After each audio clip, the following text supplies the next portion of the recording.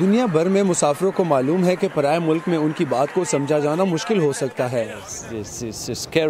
یہ بہت خوفناک تجربہ ہوتا ہے کیونکہ آپ خود کو کھویا ہوا محسوس کرتے ہیں۔ آپ خود کو تنہا محسوس کرتے ہیں، آپ کو لوگوں سے تعلق بنانے میں مشکل ہوتی ہے، آپ برا محسوس کرتے ہیں کہ آپ کو ان کی زبان نہیں آتی۔ لیکن صارفین کے لیے یہ ترجمے کے حوالے سے ایک سنہری دور ہے۔ گوگل جیسے کمپنیاں مصنوعی انٹیلیجنس کی جدید ترین ٹیکنالوجی کو ترجمہ کرنے والے ایپس میں شامل کر رہے ہیں۔ ان میں سے کچھ انٹرنیٹ کے بغیر بھی کام کر سکتے ہیں، لہٰذا مسافر انہیں کہیں بھی استعمال کر سکتے ہیں۔ سین فرانسسکو کے اس ٹیکنالوجی اسٹور میں سب سے زیادہ فروخت ہونے والا یہ چھوٹا سا آلہ ہے جو آواز کی پہچان کی قابلیت استعمال کرتے ہوئے انگریزی، ہسپانوی، جاپانی اور مینڈرن میں ایک طرفہ ترجمہ فراہم کرتا ہے۔ اسے ایلی کہا جاتا ہے۔ صرف $200 سے کم قیمت میں ایلی کو ان لوگوں نے ہاتھوں ہاتھ لیا ہے جو چاہتے ہیں کہ انہیں فوری طور پر دوسری زبانوں میں سمجھا جائے۔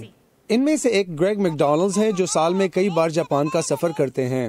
مجھے لگتا ہے کہ اگر میں اس کو لے کے جاپان چلا جاؤں تو میں کہیں بھی کچھ بھی پوچھ سکتا ہوں۔ مائی آکیوشی جاپانی کمپنی کے لیے کام کرتی ہے جو ایلی بناتی ہے۔ انہوں نے اس آلے کو سین فرانسسکو شہر میں آزمایا۔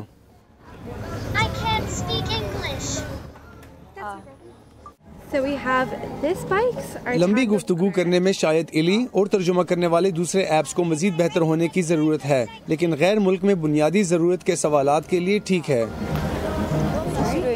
اس طرح کے آلے جواب حاصل کرنے میں مدد کر سکتے ہیں اور اس سے بڑا فرق پڑ سکتا ہے۔